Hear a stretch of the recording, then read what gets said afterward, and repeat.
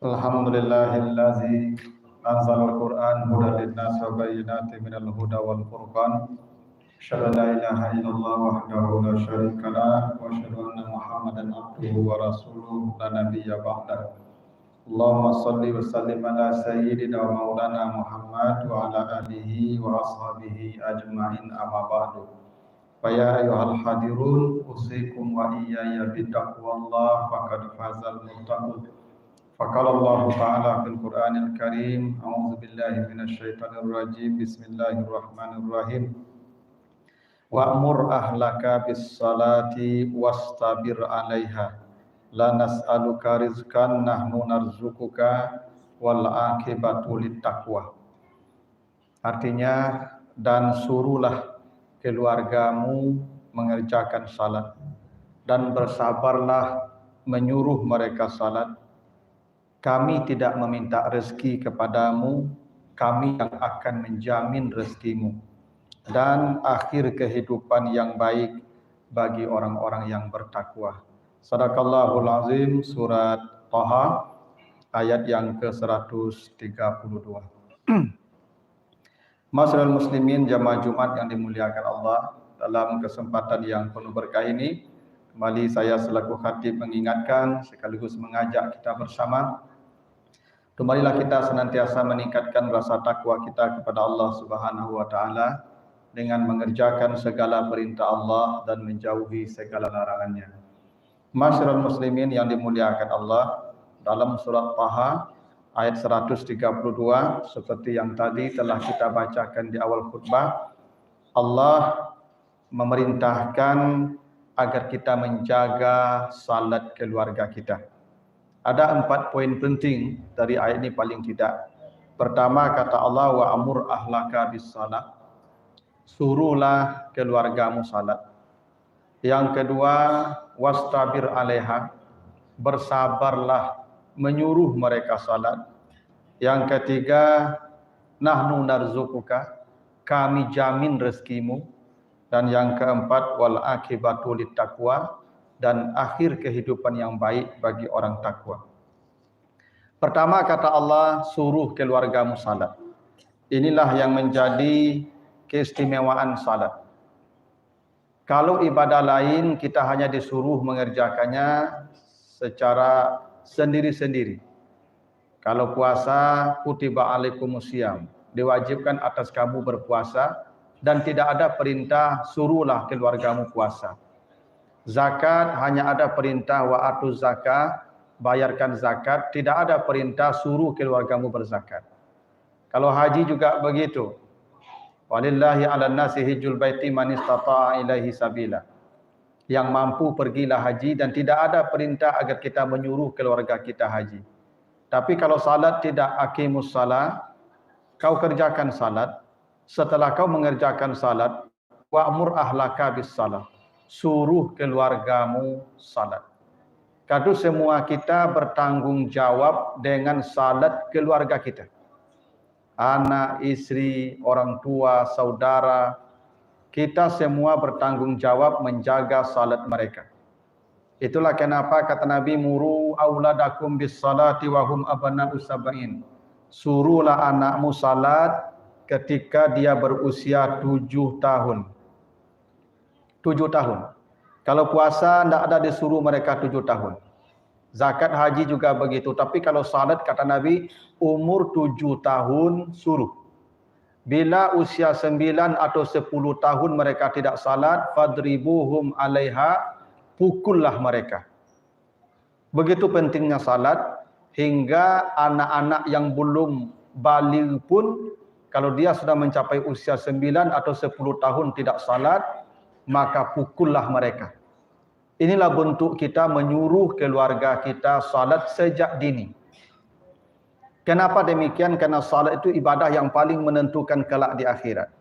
Kata Nabi dalam hadis At-Tirmizi, awalu ma yuhasabu bihil abdu yaumal qiyamati as-salah. Amal pertama yang akan dihitung Allah dari seorang hamba kelak adalah salatnya. Dan jika salatnya baik, maka aflaha wa anjah, maka selamatlah dia. Jika salatnya bermasalah, maka celakalah dia. Dan kenapa kita disuruh menjaga salat keluarga kita? Sebab bila mereka tidak salat, maka sudah dipastikan neraka. Dan itu disebutkan di surat Al-Muddatsir ayat 40 sampai 43. Ketika penduduk neraka ditanya masalah kakum fi sakar, kenapa kalian masuk neraka? Qalu lam naku minal musallin, semuanya kompak menjawab, dulu kami tidak salat. Tidak salat itu menjadi penyebab utama orang masuk neraka.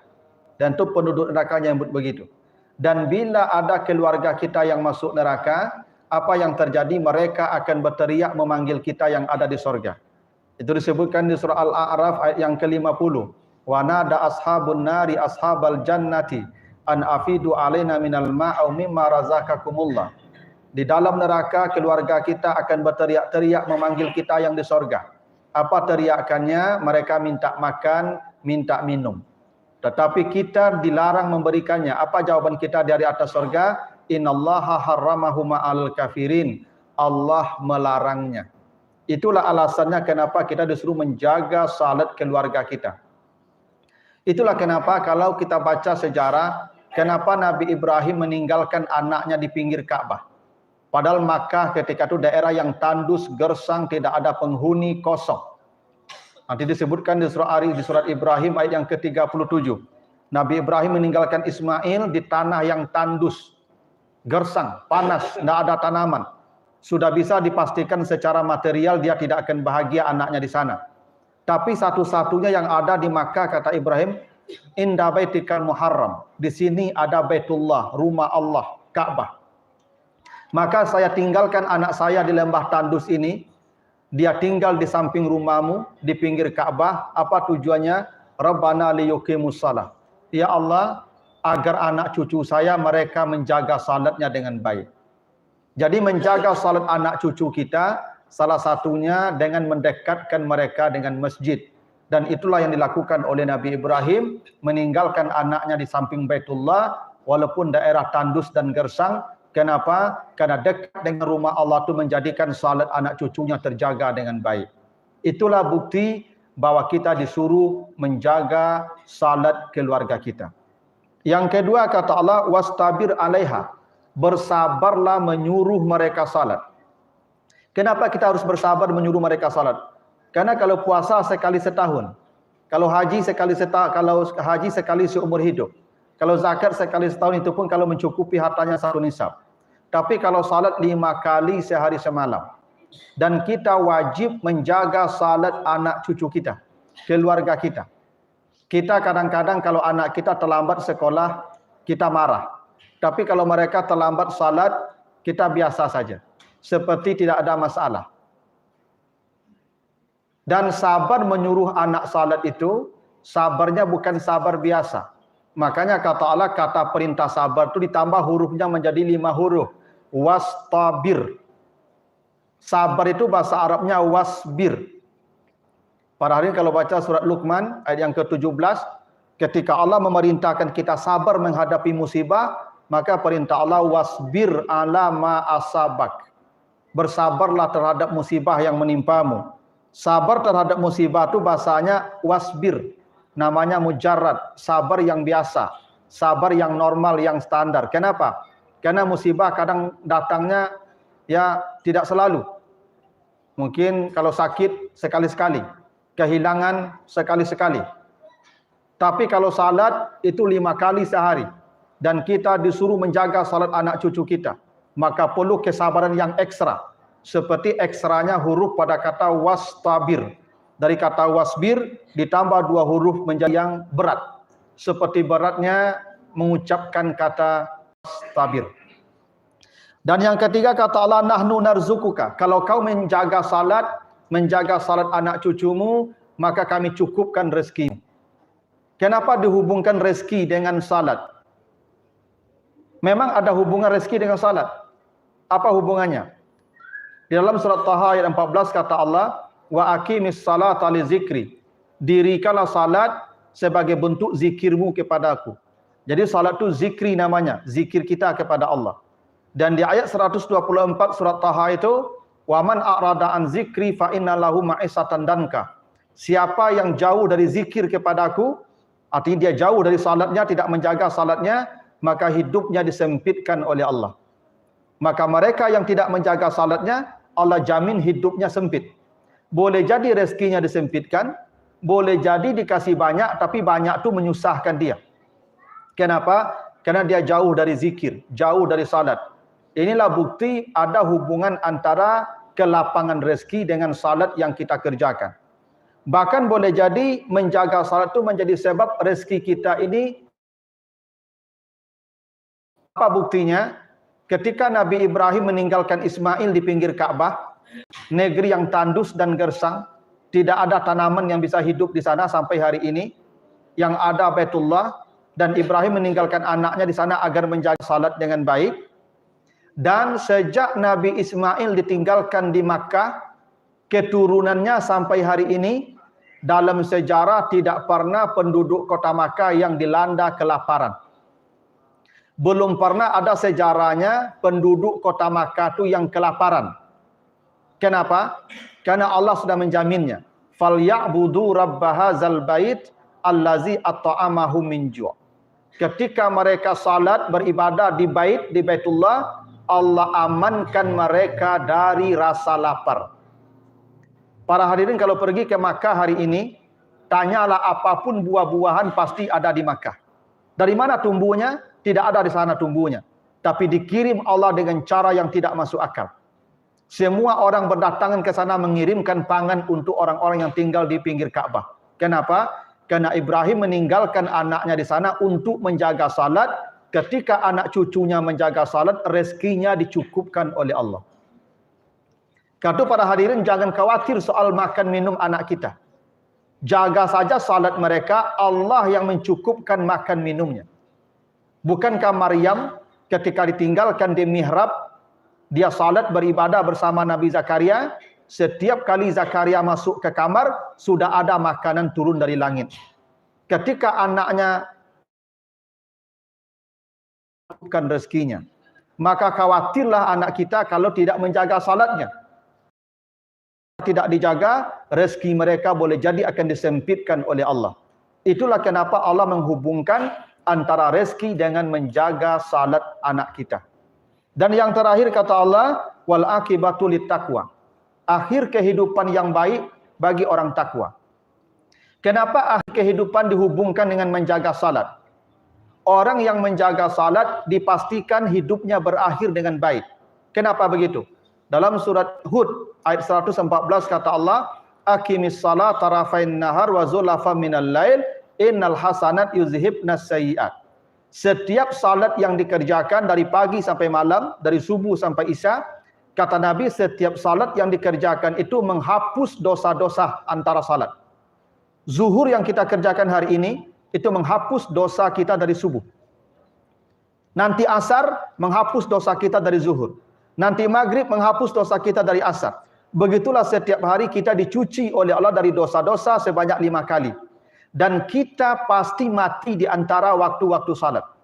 Semua kita pasti mati di antara waktu-waktu salat. Dan pasti ada salat terakhir yang kita kerjakan. Bila kita mati setelah salat terakhir itu, maka dipastikan hidup kita berakhir dengan baik. Dengan ketakwaan. Kenapa? Innal hasanat yuzhibnas sayyi'at. Setiap kebaikan salat yang kita lakukan menutup dan menghapus dosa-dosa yang kita lakukan. Apalagi setiap wuduk yang kita kerjakan itu juga menggugurkan dosa-dosa kita. Karena itu kata Allah di surat Ar-Rahman ayat 39, fa yauma idzin la yus'alu an dzanbihi insun wala jan. Ada kelak di akhirat kata Allah, manusia masuk surga tanpa ditanya amalnya. Ada manusia tidak melewati hisab kata Nabi, tidak ditanya amalnya, dia dibawa ke surga. Kenapa begitu? Ghurran muhajjalin min asaril wudu, karena dia menjaga wudunya dan sisa-sisa bekas wudu itu akan bercahaya terang di wajahnya. Dengan cara itulah para malaikat akan membawa dia ke surga tanpa ditanya amalnya. Begitulah bukti bahwa akhir hidup yang baik hanya bagi mereka yang menjaga salatnya. Karena itu para hadirin, jagalah salat kita, jaga salat anak keturunan kita, jaga salat keluarga kita, dipastikan hidup kita akan berakhir baik dunia maupun akhirat. Fa'tabiru ya ulil absar la'allakum turhamun.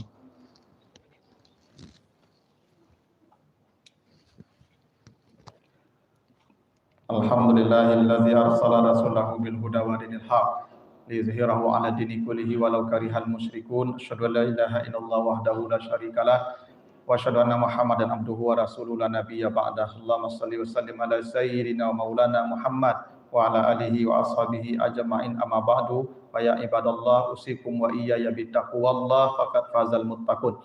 Faqalallahu ta'ala fil Qur'anil Karim, a'udzubillahi minasyaitonir rajim, bismillahirrahmanirrahim. Wal asri innal insana lafi khusrin illal ladzina amanu wa amilus solihat wa tawassaw bil haqq wa tawassaw bis sabr.